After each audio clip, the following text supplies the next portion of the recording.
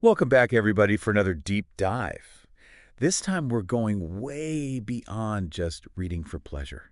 Yeah. We're going to explore how those ebooks and those digital products can be real secret weapons. I mean, really, Mm-hmm. for personal growth and for boosting your productivity, Right. even to generate income. Absolutely. Like, forget about those dusty bookshelves, right? Yeah. Let's imagine this vast library Mm-hmm. of knowledge and tools and resources Right. available anywhere, anytime. Mm-hmm. So to help us unpack all of this, we have an expert with us today Yeah. who understands not just what these products are, but why they matter and how to actually use them effectively. Yeah. It's a really exciting time to be a learner, I think. Right. This whole digital shift is about a lot more than just convenience. Mhm. It's about, empowering people to take control of their own development. Right. Yeah. We're moving away from that passive consumption Mhm. to actually, being in the driver's seat and shaping our skills and knowledge.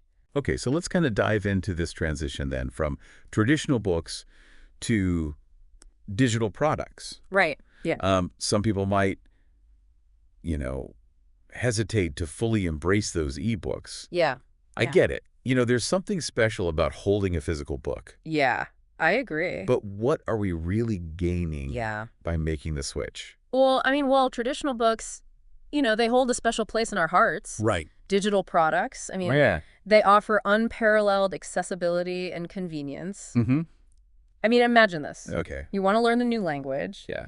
In the past, you might have been limited to whatever, language learning books your local bookstore had in stock, right? Right. Exactly. Now you can access courses and resources from all over the world with a few clicks. That's a great point. Yeah. It's like the whole world of knowledge is suddenly within reach. Right. And it's not just about accessing information, right? Yeah. Ebooks can be interactive, they can incorporate multimedia, and they can even offer bonus resources too. Absolutely. We're seeing, ebooks that include like interactive quizzes to test your knowledge, Right. videos that demonstrate techniques, and even like downloadable templates Right. to put what you're learning into practice. That's awesome. It goes beyond just reading. Yeah. It's a multi-sensory learning experience. I love it. Okay, so we've talked about this digital shift, Yeah, but digital products, that's a pretty broad term, it is. What exactly are we talking about here? Well, it really encompasses anything that's delivered electronically. Right. Of course, we have, your ebooks, Hmm. but it also includes things like software, online courses, digital art templates.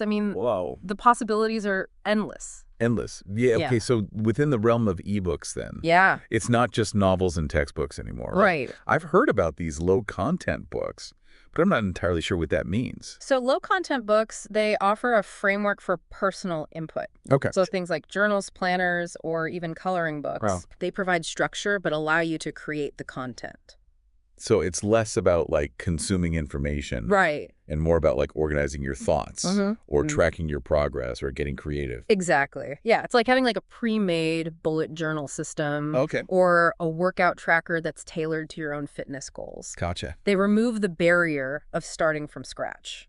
That makes a lot of sense. And then on the opposite end, we have high-content books. Right. High-content books are more like digital versions of traditional books. So they deliver in-depth information on a specific topic. So, like a coding guide or Yeah. a historical analysis. Gotcha. These ebooks, they offer that, comprehensive knowledge and actionable advice. So low content provides the framework Yes. and high content provides the knowledge. Yes. What about when you need both? Well, that's where combination bundles come in. Okay. They typically package a high-content ebook with practical tools or templates Okay. to help you apply what you're learning. So it's like getting a cookbook with all the ingredients prepped and ready to go. That's a great analogy. Yeah, You get the information and the tools to put it into action. I love it. exactly. But I'm curious about like real-life impact. Yeah. Have you encountered any stories of people whose lives were like transformed by incorporating these digital products? Absolutely. Oh. I recently heard about a freelance writer Okay. who was struggling with time management. Mm. They were constantly missing deadlines and feeling overwhelmed. Yeah, I've been there. Right. Uh-huh. And they found an ebook on productivity specifically for freelancers. Oh, wow. It not only outlined, strategies like the Pomodoro technique, Okay. but also included downloadable templates for project planning and client communication. Wait, tell me more about this Pomodoro technique. Okay, so the Pomodoro technique, it's about working in focused intervals. Gotcha. So you work for 25 minutes, you take a 5-minute break, and you repeat. The ebook this writer found, explained the psychology behind why it's so effective Wow. and provided tips on tailoring it to your workflow. Oh, okay. The writer started using the technique and those templates, and their productivity skyrocketed. Wow. I mean, they're now meeting deadlines, they're taking on more clients and feeling more in control. That's amazing, not just reading about a technique, Right. but actually implementing it, using the tools provided. Exactly. That's where the real transformation happens, right? Precisely. And it's not just about, individual success stories. Entire industries are being reshaped by digital products. I mean, that's true. think about online education. Yeah. People are learning new skills, they're gaining certifications, and they're even starting businesses. Wow. All thanks to online courses and digital resources. It's like the barriers to entry for so many fields have been lowered. Absolutely. Okay, so we've established these digital products can be powerful tools, but let's get real. Yeah. Managing a growing digital library can feel overwhelming. Yeah. I've definitely struggled with keeping all my ebooks organized. You're not alone. I mean, it's a common challenge. Okay. But with some simple strategies and the right tools, you can manage your ebook collection effectively. Okay, let's dive into that practical side of things then. Okay. Like basic folders. I get it. They're great. Yeah. But what happens when you have like hundreds of ebooks? Right. What are some like more advanced techniques?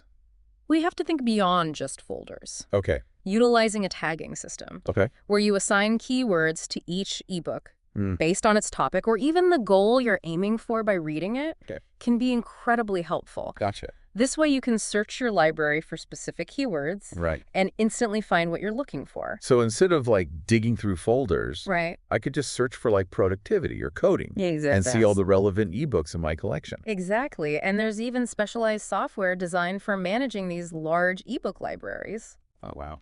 These tools can help you organize your collection, track your reading progress, and even discover new books based on your interests.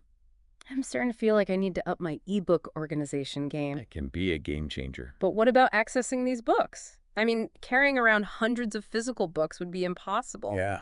But can our devices handle these massive digital libraries? That's where cloud storage comes in. Okay. Services like Google Drive and Dropbox. Yeah. They aren't just for backing up your computer. Right. They can store your entire ebook library. Okay. Accessible from any device. Wow.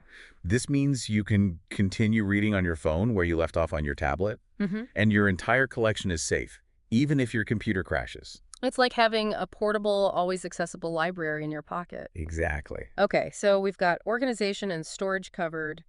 What about the reading experience itself? Yeah. Are there features in e-reading apps that can actually, enhance learning? Absolutely.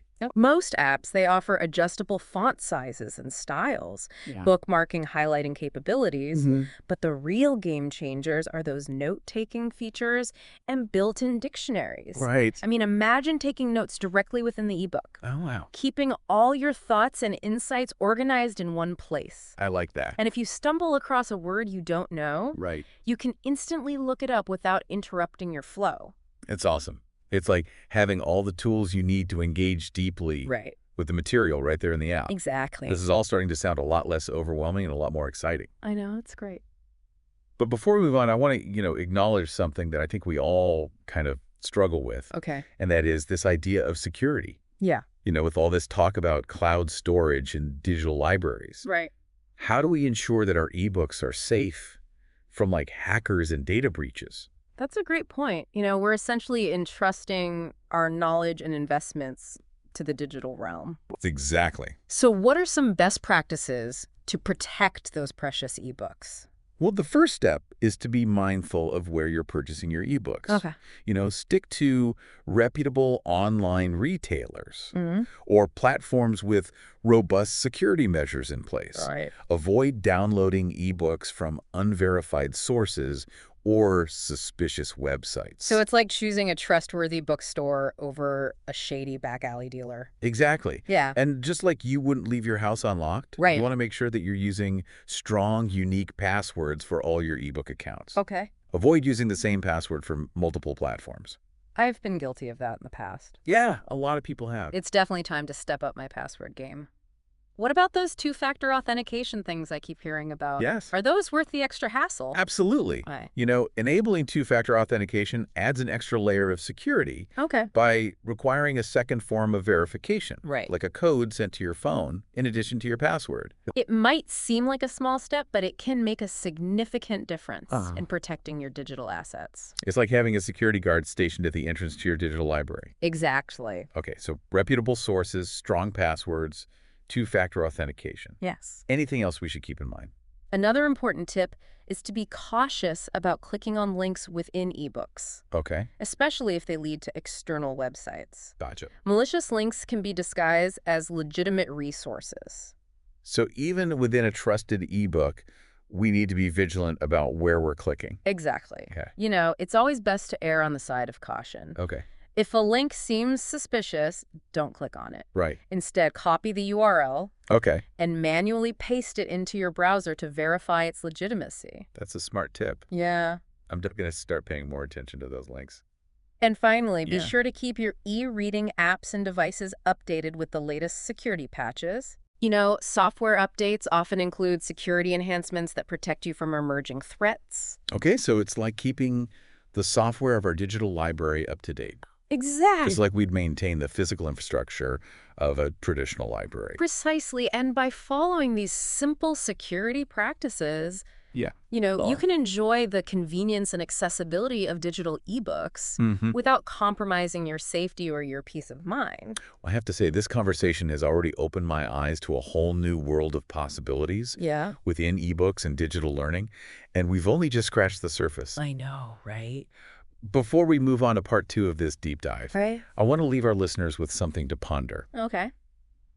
If you could instantly master any skill or gain knowledge on any topic through an ebook, Mm-hmm. what would it be and why? That's a good one. Jot down your answer, give it some serious thought, and we'll be back soon to explore how to truly unlock that transformative power Yeah. of ebooks and digital products. I'm excited. Me too. Welcome back to our exploration of ebooks and digital products. In part 1, we talked about the transition from traditional books to this, digital world and how to manage our growing digital libraries. But what really excites me is how these resources can really transform our lives. Yeah. Especially when it comes to productivity. I'm always looking for ways to be more efficient and get more done. Ebooks are incredible tools for boosting productivity. They offer step-by-step guides and actionable strategies, even templates, I mean. Yeah. Imagine reading a book on time management for entrepreneurs, and then you find a downloadable template specifically designed for project planning. Oh, yeah. That's a game changer. Having the information and the tools to implement it all in one place. I love that. But it's not just about ebooks, like in isolation, right? You mentioned combining them with other digital tools in part 1. Exact. Think about it like this. You're reading an ebook about improving your focus, and it introduces a concept like mindfulness meditation. You could then download a meditation app that guides you through specific techniques, directly applying what you've learned. So it's about creating a synergy between these different resources. Precisely. Let's say you're working on a complex research project. Okay. You might have several ebooks on the topic, but you're also taking notes, you're gathering articles, and maybe even collaborating with others. Right. Tools like Evernote or Notion allow you to capture all of this information, organize it, and even sync it across your devices. That's awesome. It's like having a central hub for your entire project. No more sticky notes scattered everywhere. Exactly. I can see how that would really streamline the research process, and I'm a visual person. Are there tools that can enhance learning from ebooks visually? Absolutely. Mind mapping tools like MindMeister can be incredible for visual learners. Yeah. Imagine reading a book about marketing strategies and then creating a visual mind map of all the key concepts Okay. and how they connect. It can help you see the big picture and make those abstract ideas more concrete. It's like creating a visual representation of the knowledge you're gaining from the ebook. I like it. Are there other digital tools that can help us bridge the gap between reading and taking action? If you're someone who thrives on structure and organization, project management tools like Asana or Trello can be invaluable. Okay. Let's say you're reading an ebook about launching a freelance business. Okay. You could then use a project management tool to break down the steps outlined in the book into manageable tasks. You set deadlines and you track your progress. It's like having a digital roadmap guiding you through the process of putting that knowledge into action. Exactly. And what's truly remarkable is that this world of digital learning is constantly evolving. It really is. We're seeing interactive ebooks with quizzes and videos and even augmented reality experiences, I mean. Wow. Imagine reading a book about architecture and being able to use augmented reality to view 3D models of famous buildings right on your screen. That's incredible. It's like bringing the content to life. It is. What other exciting advancements are kind of on the horizon? Personalized learning platforms are becoming increasingly sophisticated. Yeah, okay. These platforms use algorithms and artificial intelligence to tailor the learning experience to your specific needs and interests. Wow. It's like having a digital tutor who curates content, tracks your progress, and adjusts the difficulty level as you go. That's mind-blowing. Yeah. But with so much information available, how do we even know where to begin? Right. Yeah. It's like being in a giant library without a librarian to guide us. You're right. It can feel overwhelming. The key is to start with a clear goal. Okay. Ask yourself, what do I want to learn? What skills do I want to develop? What problems am I trying to solve? So it's not just about like randomly browsing ebooks. No. It's about having a purpose and a direction. Exactly. Once you have a clear objective, you can focus on finding resources that are relevant to your goals. Right. It's like having a filter that helps you sift through the noise and focus on what truly matters. Makes sense. And once we've found those resources, how do we avoid getting lost in the sea of information? Yeah. Right. I've definitely started reading ebooks with good intentions, only to get distracted by something shiny and never finish. It's a common struggle, but don't worry. There are strategies for staying focused and engaged. Okay, good. First, remember that learning is a journey, not a race. Okay. Set realistic goals instead of trying to read an entire ebook in one sitting. Right. Commit to reading a chapter or two a day. So it's about breaking those big goals down into manageable chunks. Exactly. And create a dedicated workspace. Okay. Find a quiet spot where you can minimize distractions and fully immerse yourself in the material. Yeah. Some people find that turning off notifications, silencing their phone, and even disconnecting from the internet altogether helps them stay focused. It's like creating a sanctuary for learning, a space where you can shut out the noise and really concentrate. Precisely. And what if you find yourself constantly getting distracted by hyperlinks and multimedia within the ebook itself? Yeah, that's a good point. I do that all the time. It's a common challenge with digital learning. Try using a distraction-free reading mode if your e-reader offers it. Okay. This removes all the bells and whistles, allowing you to focus solely on the text. Right. Some people even find that printing out key sections or taking handwritten notes helps them absorb information more effectively.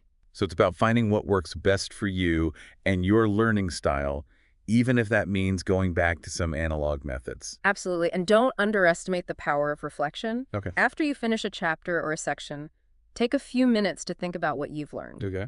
Jot down key takeaways, summarize the main points in your own words, or even discuss the material with someone else. Yeah. This helps solidify the information and make it more meaningful. It's like having a conversation with the author, even if they're not physically present. And that brings me to another important point, community. Okay.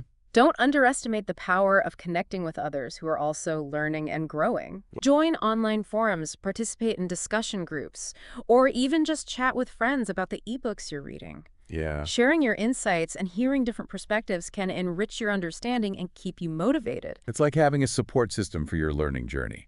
A group of people who are cheering you on and helping you stay accountable. Exactly. And remember, learning is a lifelong pursuit.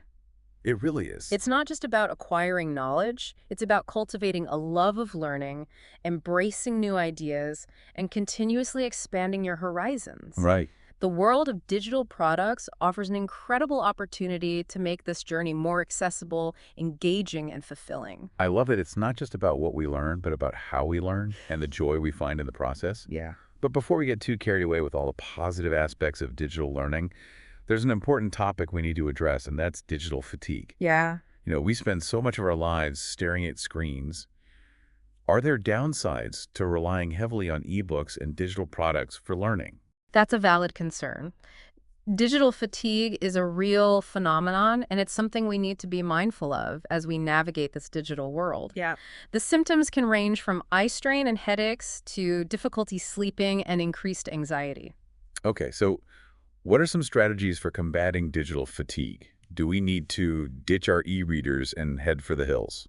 Not at all. There are simple things we can do to mitigate the negative effects of screen time. Okay. The first, and perhaps most important, is to take regular breaks. Right. Step away from your screen, get up and move around, look at something in the distance, or simply close your eyes for a few minutes. Yeah. Giving your eyes and your brain a chance to rest and recharge can make a world of difference. Okay, breaks are crucial. What else can we do?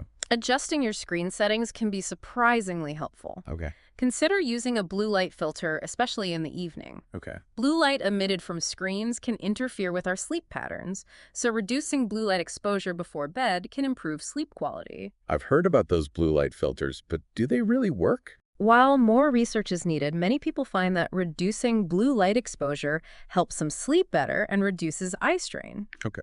It's worth experimenting to see if it makes a difference for you. Another simple but effective strategy is to be mindful of your posture. Right. Make sure you're sitting or standing upright with your screen at eye level. Yeah. This can reduce neck and back pain associated with prolonged screen time. So it's not just about what's on the screen, it's about how we're physically interacting with our devices. Exactly, and don't underestimate the power of analog activities. Right.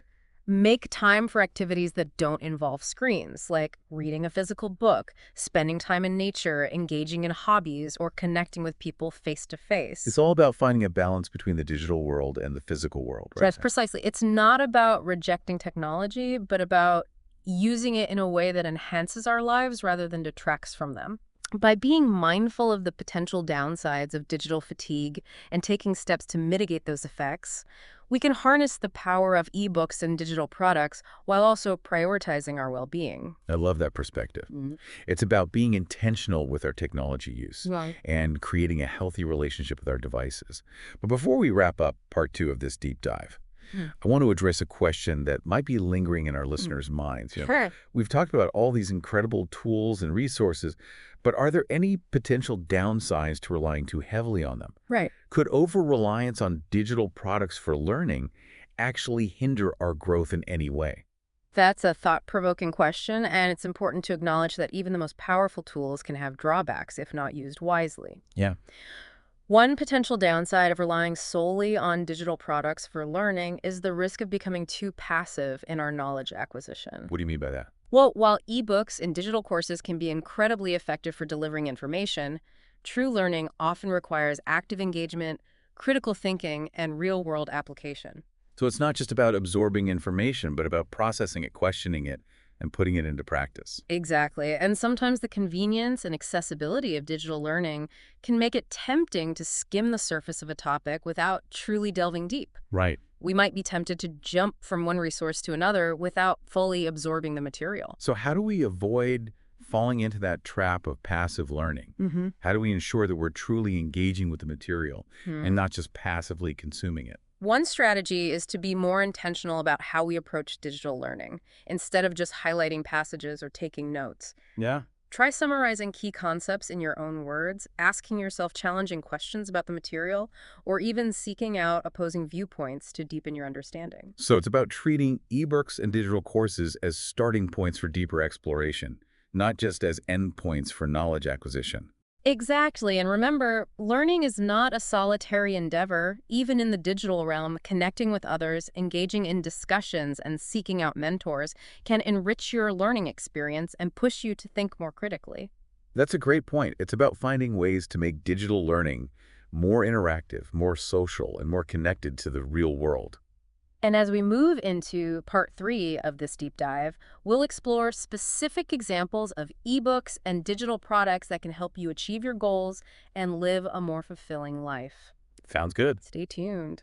Welcome back to the final part of our deep dive into the world of ebooks and digital products. We've covered a lot of ground, Have. from understanding that whole evolution of ebooks to exploring how they can be, really powerful tools for productivity and personal growth. We would talk about strategies for, staying focused, combating that digital fatigue, and ensuring that we're learning actively and not just passively consuming information. And now in this final part, Yeah. I'm really excited to shift our focus to the practical application of all this knowledge. Yes. Let's talk about how we can actually use these ebooks and digital products to make tangible progress towards our goals. The first step is to really identify a specific area of your life that you want to improve or transform. Okay, so think about those goals. You've always wanted to achieve those skills. You've been meaning to learn those areas where you feel like you could be doing better. Exactly. Maybe you want to learn a new language or start a side hustle, improve your cooking skills, or finally get a handle on your finances. It could be anything. It really could. But once we've identified that goal, how do we even begin to navigate this vast world of ebooks and digital products to find the right resources? There are a few strategies you can use. One is to simply search online retailers like Amazon or Barnes& Noble for ebooks on the topic you're interested in. You can filter your search by author, publication date, customer reviews, and price to narrow down the options. Customer reviews can be so helpful. I always like to see what other readers have to say before investing in an ebook. What if I'm looking for something more specific, something that goes beyond the typical self-help genre? Another approach is to look for recommendations from trusted sources, Okay. Think blogs, podcasts, YouTube channels, or even just ask friends, colleagues, or mentors for suggestions if someone you admire has achieved success in the area you're interested in. Right. They've likely consumed some valuable content along the way. It's like tapping into their expertise and leveraging their experience. And what about online communities? I'm thinking of, those forums, Facebook groups, and subreddits dedicated to specific topics. Absolutely. Online communities can be incredible resources for discovering hidden gems. Yeah. You can ask members for their favorite ebooks or online courses, get recommendations tailored to your specific needs, and even connect with others who are on a similar learning journey. It's like having a network of support and guidance right at your fingertips. Exactly. And don't forget about the power of social media. Many authors and content creators share valuable insights and resources on platforms like Twitter, Instagram, and LinkedIn. So it's about being proactive and seeking out those voices that resonate with us. Exactly. But once we've found a few promising ebooks, how do we ensure that we're not just passively reading, but actively learning and applying the information? That's a great question. It's easy to fall into the trap of highlighting passages and taking notes without truly engaging with the material. I've definitely been there. Yeah. I have notebooks filled with highlighted text and scribbled notes that I never actually refer back to. It happens to the best of us. Okay, good. But there are strategies we can use to make our ebook learning more effective. Okay, good. One technique I find really helpful is to summarize key concepts in my own words after each chapter or section. So it's not just about copying the author's words, Right. but about processing the information and making it your own. Exactly. And don't be afraid to ask yourself challenging questions about the material. Okay. Why does the author make this argument? Right. What evidence do they provide? How does this concept connect to other things I've learned? Challenging yourself in this way can deepen your understanding and make the information more memorable. It's like having a dialogue with the author, even if they're not physically present. Exactly, and don't underestimate the power of real-world application. If you're reading an ebook about productivity, start implementing the techniques it suggests. If you're learning a new language, try using those phrases in real-life conversations. Right. The more you apply what you're learning, the more deeply it will sink in and the more likely you are to see results. It's about bridging the gap between theory and practice, right? Exactly. And finally, remember that learning is a social activity even in the digital realm. Yeah. Don't hesitate to discuss the ebooks you're reading with friends, colleagues, or online communities. Right. Sharing your insights and hearing different perspectives can enrich your understanding and keep you motivated. It's about creating a sense of community around our learning, even if we're doing it through our individual devices. Exactly. And that brings us to the end of our deep dive into the world of ebooks and digital products. Wow, time flies when you're having fun. It really does. We've explored a lot of territory, from understanding the evolution of these resources to exploring how they can be powerful tools for personal and professional growth. Absolutely. We've talked about the importance of staying focused, combating that digital fatigue, and ensuring that we're learning actively, not just passively consuming information. Right. And we've delved into those practical strategies for finding the right ebooks, engaging with the material effectively, and applying what we learn to make tangible progress towards our goals. Been a great conversation. It has. And I think most importantly, we've emphasized that learning is a lifelong journey, a continuous process of exploration, discovery, and growth. It really is. And with this incredible array of ebooks and digital products available today, that journey has never been more accessible or more exciting. So true. So keep exploring, keep learning, and never underestimate the power of a single ebook to change your life. Happy reading, everyone. Happy reading.